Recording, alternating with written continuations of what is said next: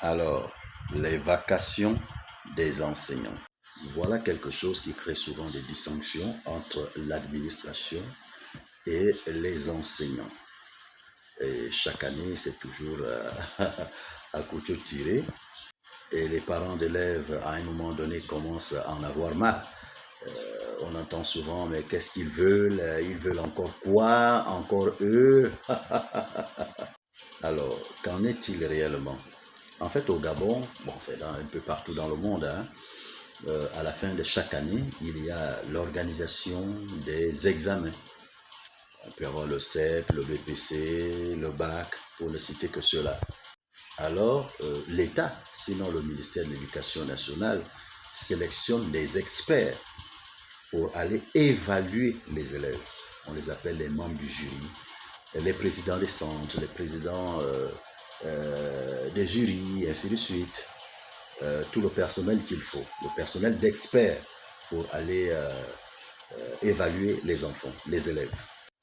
En fait, après leur prestation, ils devraient être rémunérés. Ils devraient percevoir un paiement qui est à la hauteur du nombre de tâches accomplies. Maintenant, c'est quoi le problème? Le problème, c'est que à chaque fois que les enseignants terminent cette prestation, le paiement ne vient que tardivement. Ça peut se faire après 4 mois, après 5 mois, après 6 mois, après 7 mois, parfois même après 8 mois. En fait, c'est ce qui fâche. Et ça donne l'impression que la tutelle se moque des enseignants. Ça donne l'impression que les enseignants ne valent rien. Parce que quand on voit la rapidité avec laquelle les émoluments sont payés dans d'autres structures, la rapidité avec laquelle les honoraires sont donnés dans d'autres administrations, et qu'on voit comment ça traîne dans l'éducation, les enseignants se disent que bon, peut-être ils ne sont pas considérés. Ils ne sont pas considérés par la tutelle. C'est un peu ça qui fâche. Si vous allez au Conseil économique et social, au Sénat, à l'Assemblée nationale et dans d'autres grandes structures, on parle d'honoraires, d'émoluments. Et ça n'attend jamais. C'est systématique, c'est réglementé.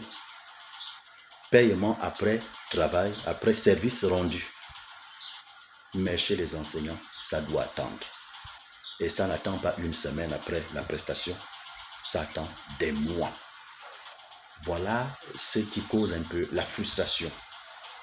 C'est comme s'il y avait des grands agents de l'État et des petits agents.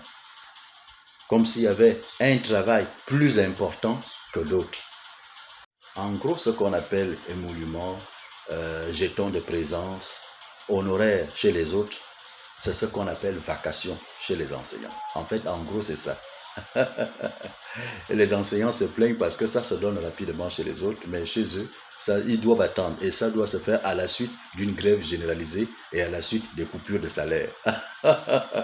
Vous savez, Socrate disait que nul n'est méchant volontairement. Peut-être qu'ils ne payent pas très vite les vacations chez les enseignants parce qu'ils ne savent pas ce que vacation veut dire. J'ai cette impression. Parce que vacation vient du latin, à l'origine du latin, vacar, qui à l'origine voulait dire excepté de, être libéré de, être exempté de.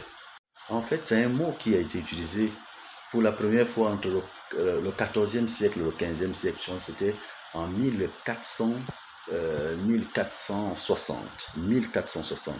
Le 5 août 1460 que ce mot a été utilisé. En fait, quand on dit vacar, ça veut dire quelqu'un qui a un petit temps libre, c'est-à-dire le petit temps libre que tu as après avoir travaillé. Ce petit temps libre-là, et c'est de là qu'est venu le mot vacances, d'une certaine manière. Donc, à l'origine, ce mot voulait dire être libéré du travail. Maintenant, le mot a évolué. Vacar, qui n'est plus le fait d'être exempté du travail.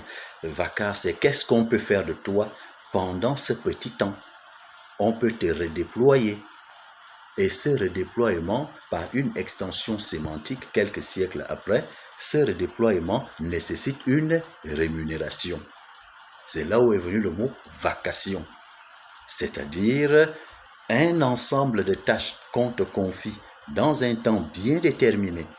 Et ces tâches, après accomplissement, méritent une rémunération. C'est cela les vacations. Et le jour où on va comprendre ce que vacation veut dire, vraiment, on comprendra combien de fois c'est insultant de passer tant de temps sans verser les vacations, sans payer les vacations à ceux qui ont exécuté leurs tâches. En gros, ce retard de paiement donne une mauvaise impression. C'est comme le signe d'une forme d'ignorance, d'une certaine manière.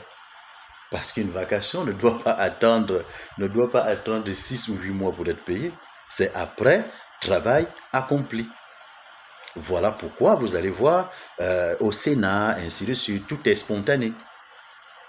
Mais le mépris qu'on a pour les enseignants, c'est ce mépris qui fait en sorte qu'on paye cela un peu tard. Quand on sait qu'en 2016, les vacations étaient à 2 milliards. Et si nous sommes en 2025, les vacations seraient peut-être à combien pour justifier que ça se paye en retard? 10 milliards? Je ne pense pas. À moins que le nombre d'enseignants n'ait été multiplié par 10.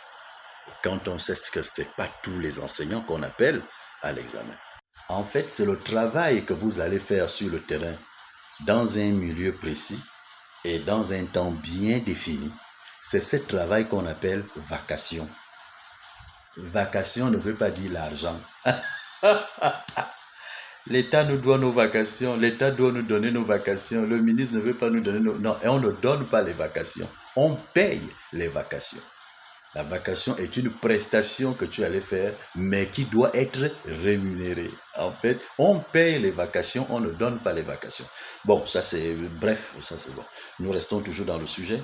Les membres du jury sont donc des experts qui, excepté leur travail, ont été sollicités pour évaluer les élèves. Et après cette évaluation, ils doivent être payés. C'est cela. Et ce qui est quand même curieux, c'est qu'au temps des petites républiques, au temps de Bongo, qui gérait une petite république sans signification, on payait les vacations après service rendu.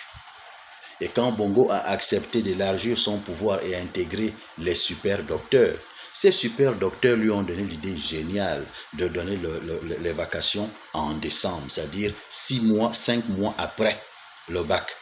Et quand il a encore élargi pour mettre des agrégés maintenant pour gérer, Ali Bongo, quand il est arrivé, il a dit non, lui il préfère payer les vacations 8 mois après, c'est-à-dire au mois de mai. Et quand le CTRI arrive, le CTRI juge utile de les donner en décembre. Et maintenant, quand on arrive à la 5e République où les choses devraient être mieux faites, on se retrouve encore en décembre sans avoir les vacations, sans avoir le paiement, effectivement, des vacations. À partir de ce moment, l'enseignant a l'impression que les choses n'ont pas changé. Parce que l'enseignant se disait que si avec le CTRI, avec la transition, on a ramené le paiement des vacations en décembre, ce qui est sûr avec un gouvernement bien constitué avec la 5e République, ce qui est sûr, les choses se feront dans les temps. Mais quand nous faisons le constat, c'est à peu près la même chose qui continue. Normalement, une administration devrait tirer des leçons des erreurs du passé. Étant donné qu'on n'a jamais eu des rentrées scolaires apaisées, faisons un effort cette année de payer les vacations à temps pour que la rentrée scolaire ne soit pas perturbée, pour que le premier trimestre ne soit pas perturbé et pour respecter la dignité de l'enseignant. Quel est cet agent public qui, pour qu'il possède quelque chose ou qu'on lui donne quelque chose, il faut qu'il puisse se battre. On donne les vacations à un enseignant comme on donnerait la bourse à un élève. Tout le monde sait que les élèves ont la bourse. De la même manière, tout le monde sait que les enseignants ont des vacations. C'est une manière puérile de gérer les enseignants. Surtout lorsqu'on sait que l'enseignement est un métier noble. Faisons un effort pour que les erreurs du passé ne se reproduisent plus dans le présent.